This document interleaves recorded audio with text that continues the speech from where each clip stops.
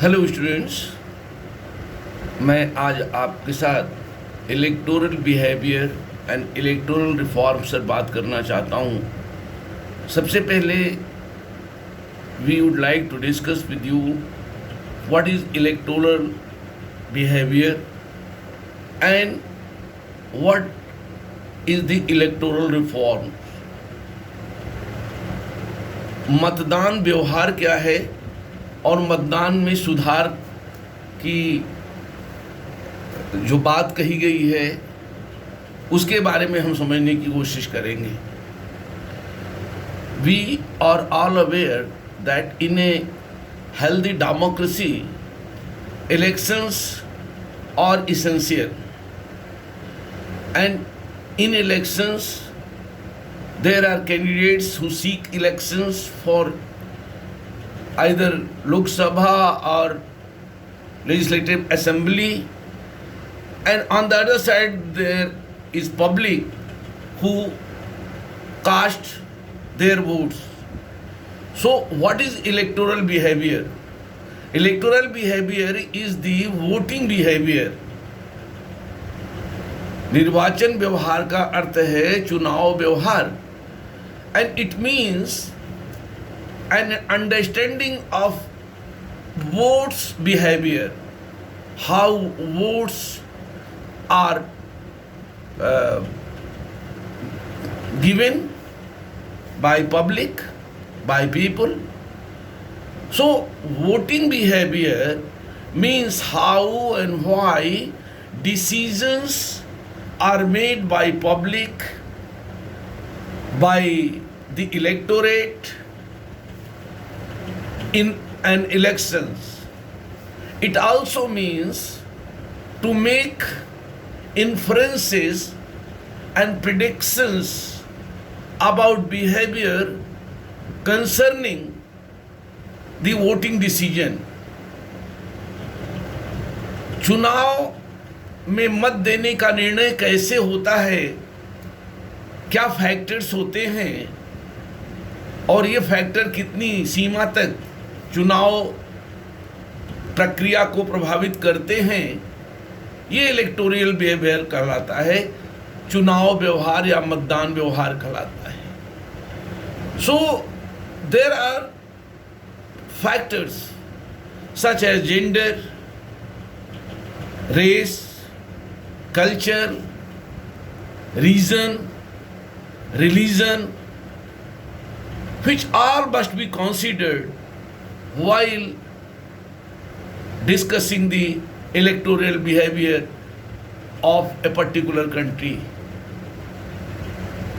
Furthermore, a mere theoretical approach such as viewing wealth and reason in which a voter lives, which will impact upon their electoral choices. Moreover, there are also key public influences which includes role of emotions, political socializations, tolerance, or political views, and role of media. इन सारे factors का हमारे मतदान के व्यवहार पर फर्क पड़ता है, प्रभाव पड़ता है. The effect of these influences on voting behavior is best understood through themes on the formation of attitudes, beliefs, schema, knowledge, structure, and practice of information processing. In a democracy, for example, surveys from different countries shows that people are generally happier where they have been granted right to vote. जिन देशों में लोगों को अपने स्वतंत्र रूप से चुनाव में मत देने का अधिकार है, यह माना जाता है कि दे आर हैप्पी पीपल, वह खुशहाल लोग हैं, खुश लोग हैं। एंड इसके अलावा additionally there is also factors of social effects and peer effects such as originating the family and friends who all play an important role in electoral and voting behavior of an election. An important question is how to disentangle the social contagion by peers from external influences. The degree to which voting decision is affected by internal process and external influences, it also alters the quality of making truly democratic decisions. So, in electoral behavior, we viewed class, gender, religion, और भारत में तो cast भी important factor है मतदान व्यवहार में, religious slogans, these are all factors which must be considered while discussing the electoral behavior or voting behavior. Now I will discuss the second point. Second point is the electoral reforms. Chunav Sudhar. We all know that in a living democracy, it is essential that good people should be elected to administer the country. एक जीवित लोकतंत्र के लिए आवश्यक है कि सुशासन के लिए सबसे अच्छे नागरिकों को जनप्रतिनिधि के रूप में चुना जाए। इससे हमारे जीवन में, पब्लिक लाइफ में नैतिक मूल्यों को बढ़ावा मिलता है। साथ ही साथ ऐसी प्रतिनिधियों की संख्या में वृद्धि होती है जो सदैव सकारात्मक मुद्दों पर चुनाव जीतने की कोशिश करते हैं। वस्तुतः एक लोकतंत्र में मतदाता को चुनने का या अस्वीकार करने का अवसर दिया जाना चाहिए। इससे राजनीतिक दल चुनाव में सदैव अच्छे उम्मीदवारों को लेकर आने पर मजबूर होंगे। जब हम भारत के लोकतंत्र की बात करते हैं तो हम जानते हैं कि भारत दुनिया का, विश्व का 7वां बड़ा देश और सबसे बड़ा लोकतंत्र है। हमारा चुनाव लोकतांत्रिक शासन व्यवस्था से नियंत्रित राजनीति का सबसे विशिष्ट हिस्सा है और कोई भी लोकतंत्र इस आधार पर कार्य करता है कि चुनाव कितनी सीमा तक स्वतंत्र एवं निष्पक्ष होंगे, उसमें हेर फेर नहीं होगा, धांधली नहीं होगी। और भारत जैसे विशाल क्षेत्रफल वाले, जनसंख्या वाले देश में चुनाव असंभव तो नहीं लेकिन कठिन अवश्य होता है। और इस चुनाव की प्रक्रिया में निरंतर सुधार की जरूरत पड़ती है, क्योंकि हम सभी जानते हैं कि भारत के लोकसभा के लिए 543 सीटें निर्धारित हैं और उस 543 सीटों पर पूरे देश की मतदाता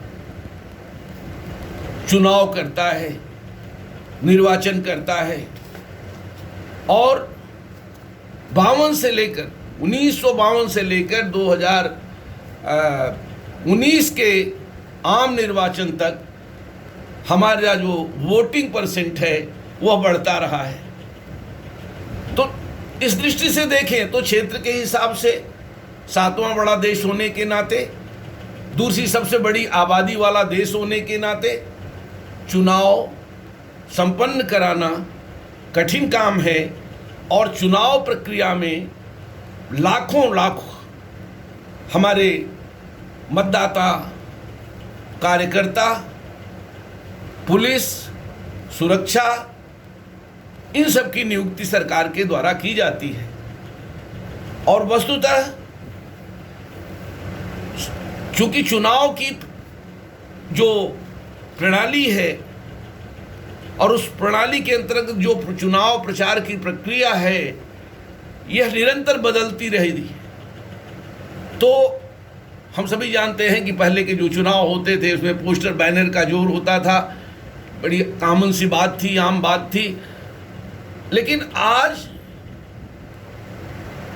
दुनिया में भारत के लोगों के 50 करोड़ भारतीयों के पास स्मार्टफोन है। इतनी ही संख्या में लोग इंटरनेट का प्रयोग करते हैं। 30 से 35 करोड़ लोग फेसबुक इत्यादि सूचना तकनीक का उपयोग करते हैं।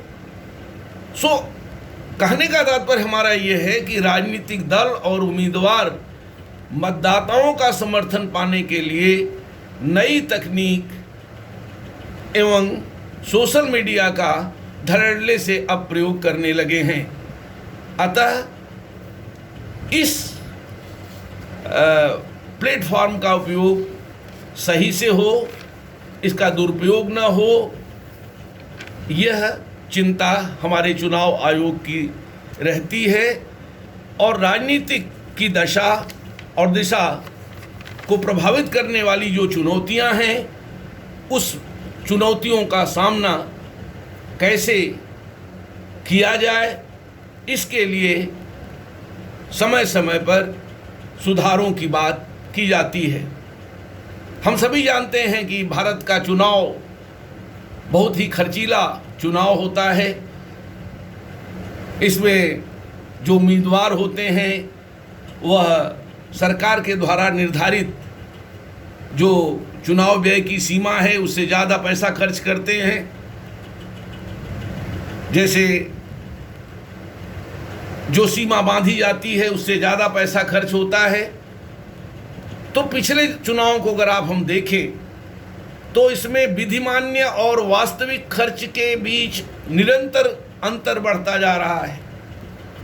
तो यह बहुत बड़ा मुद्दा है कि how to control money power in election, इसमें सुधार की ज़रूरत है। इसी तरह से मस्कल पावर है, बाहुबल है। एक दौर था जब हिंसा धमकी से चुनाव बूथ को कैप्चरिंग कर लिया जाता था और उसमें बाहुबल की बड़ी भूमिका होती थी। यह बाहुबल का जो कॉन्सेप्ट है, ये इसमें कहने में कोई संकोच नहीं कि पहले उत्तर भारत के राज्यों में शुरू हुआ, बिहार में शुरू हुआ, बंगाल में शुरू हुआ, उत्तर प्रदेश में शुरू हुआ और आज केवल अब उत्तर भारत में नहीं संपूर्ण देश में बाहुबल जो है वह एक फैक्टर चुनाव में माना जाता है। तीसरा जो मुद्दा है वह है अपराधियों का राजनीतिकरण। पहले अपराधी चुनाव प्रक्रिया से दूर रहते थे, वह अप्रत्यक्ष तरीके से अपने अपने पसंद के उम्मीदवारों की मदद किया करते थे। लेकिन हाल के चुनाव में एक प्रवृत्ति है कि कोई मर्डरर है, कोई जघन्य कार्य में लिप्त अपराधी है, वो अभी चुनाव में भाग लेके संसद में पहुंच जा रहा है, विधानसभाओं में पहुंच जा रहा है। तो ये जो अपराधियों का राजनीतिकरण हो रहा है और दिनों दिन चुनाव में गैर गंभीर किस्म के लोगों का जो जमावड़ा हो रहा है, गैर गंभीर किस्म के उम्मीदवारों की जो बाढ़ आ रही है, उसे रोकने की भी ज़रूरत है, उसमें भी सुधार करने की ज़रूरत है। इसी तरह से आप सभी लोग परिचित हैं, जातिवाद है, सांप्रदायिकता है, राजनीति में नैतिक मूल्यों का क्षरण है। ये सब ऐसे मुद्दे हैं जो व्यापक चुनाव सुधारों की बात आवश्यकता को रेखांकित करते हैं, बताते हैं। और समय समय पर यह भी हमें समझना चाहिए कि भारत की सरकार के द्वारा, भारत के न्यायालयों के द्वारा, चुनाव आयोग द्वारा भारत की चुनाव प्रणाली में सुधार करने की पूरी कोशिश की गई है। उदाहरण के लिए जो कुछ प्रमुख सुधार हैं उसको मैं रेखांकित करूंगा आपके साथ। उसका डिटेल आप पुस्तक से कर सकते हैं। जैसे चुनाव सुधारों पर बात करने के लिए दिनेश गोस्वामी समिति का गठन किया गया था। इसी प्रकार से राजनीति के अपराधीकरण के सवाल पर बोहरा समिति का गठन किया गया था। इंद्रजीत गुप्ता समिति द्वारा चुनाव में राज्य के द्वारा वित्त पोषण पर क्या किया जा सकता है, इस पर विचार करने के लिए समिति का गठन किया गया था। एन वेंकटाचलैया की समिति, विधि आयोग, चुनाव आयोग, संविधान की समीक्षा के लिए राष्ट्रीय आयोग, इन सभी तीनों संस्थाओं को मिला करके वेंकटचलैया समिति बनाई गई थी, जिसका कार्य था कि वह सरकार को चुनाव सुधारों पर अपनी राय दे। इसी तरह से वीरप्पा मोइली समिति की बात आती है। यह वीरप्पा मोइली समिति, what is role of ethics in politics, शासन में नैतिकता कैसे हो, इस पर विचार विमर्श करने के लिए वीरप्पा मोइली समिति का गठन किया था। और विधि आयोग ने जो समय समय पर चुनाव सुधारों की बात की, उन सुधारों पर विचार विमर्श करने के लिए AP शाह समिति ने विचार किया है। तो ये विभिन्न जो समितियां हैं, इसके द्वारा सरकार चाहती है कि भारत के चुनावों में निरंतर सुधार होता रहे। और सुधारों का अगर आप उसका डिमार्केशन करें तो आपको लगेगा कि वर्ष 2000 के पहले के सुधार, वर्ष 2000 के बाद के सुधार, जैसे 2000 में जो चुनाव हुए कि मतदान आयु कम कर दी गई, बैलेट पेपर के स्थान पर EVM से चुनाव कराने का प्रचलन आया। और इसी क्रम में पिंक बूथ का प्रयोग 2018 के चुनाव में किया गया। Now you will ask what is pink booth. Pink booth means एक ऐसा चुनाव मतदान स्थल जहां पर मतदान कर्मी, सुरक्षा कर्मी, मतदान में वोट डालने वाले सभी महिलाएं होती हैं, उसको पिंक बूथ कहा जाता है। इसी तरह से वर्ष 2000 बाद के जो चुनाव हुए, उन सुधारों पर भी आपको समझना चाहिए।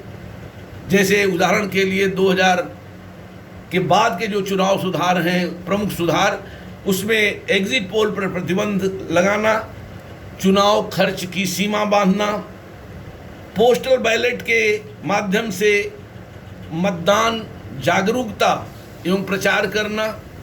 उदाहरण के लिए हम सभी जानते हैं कि 25 जनवरी को प्रतिवर्ष मतदाता दिवस मनाया जाता है। और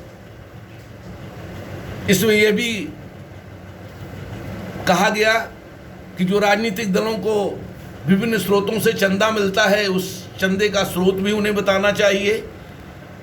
20,000 रुपये से ज़्यादा का अगर किसी को चंदा मिलता है किसी राजनीतिक दल को, तो it is essential that political party must inform the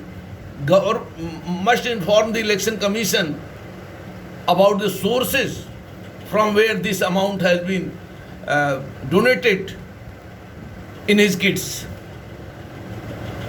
इसी तरह से जो नोटा का प्रयोग शुरू हुआ, NOTA none of the above, आप सभी लोग जानते हैं। सो इन brief, these are some of the issues of electoral reforms, and I would like to conclude my video by saying that in a democracy, clean, healthy elections is prerequisite. साफ सुथरे चुनाव, राजनीतिक पारदर्शिता से लोकतंत्र सबल होता है, लोकतंत्र को बल मिलता है। और इस प्रक्रिया में भारत जैसे विशाल लोकतंत्र वाले देश में चुनाव की प्रक्रिया में निरंतर सुधार आवश्यक है, और इन्हीं चुनाव सुधारों से देश विकास एवं समृद्धि की ओर निरंतर आगे बढ़ेगा, ऐसी उम्मीद की जाती है। So with these few words on electoral behavior and electoral reforms, I hope the issues are clear to you, and even then if you have any doubt you can ask me personally. So thank you very much for this video.